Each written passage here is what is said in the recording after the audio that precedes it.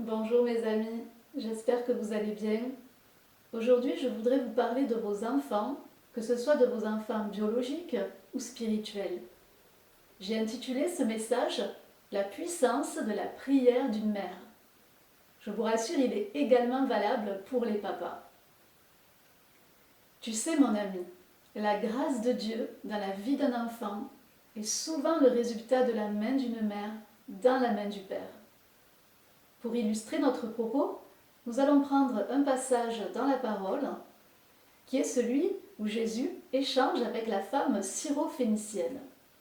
Il se trouve entre autres dans l'évangile de Marc au chapitre 7. Nous lirons tout d'abord les versets 24 à 27. Lisons. Jésus, étant parti de là, s'en alla dans le territoire de Tyr et de Sidon. Il entra dans une maison, désirant que personne ne le sache, mais il ne put rester caché. Car une femme, dont la fille était possédée d'un esprit impur, entendit parler de lui et vint se jeter à ses pieds. Cette femme était grecque, syro-phénicienne d'origine. Elle le pria de chasser le démon hors de sa fille.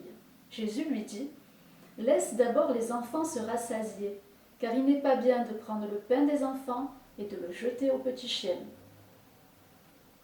Nous voyons ici une femme dont nous savons seulement que c'est une étrangère implorer Jésus de délivrer sa fille du mal. Jésus ne semble pas décidé à l'exaucer, et même il nous paraît dur envers cette femme. Mais lisons la suite du récit de Marc à partir du verset 28.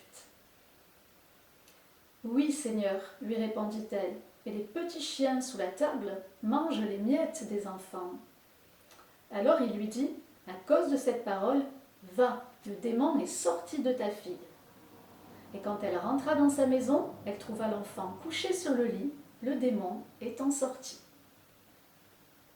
Nous voyons que cette femme s'est littéralement humiliée devant Jésus. Elle a insisté jusqu'au miracle.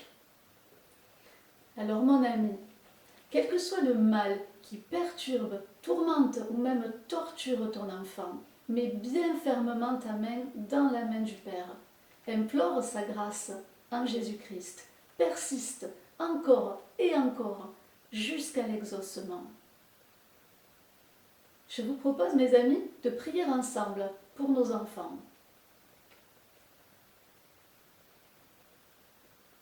Père, tu ne nous as jamais promis que tout serait facile, mais tu as promis d'être toujours avec nous. Fortifie-nous donc, afin que nous ne nous lassions jamais de te prier pour le salut et la guérison de nos enfants en Jésus-Christ. Amen. Mon ami, sois béni et encouragé, le papa de tous les papas, celui qui a donné son enfant pour sauver le tien, ne manquera pas de compatir à ta peine et d'agir en faveur de ton enfant. N'en doute pas. Mes amis, je vous dis à très bientôt et en attendant notre prochaine méditation, demeurez bénis.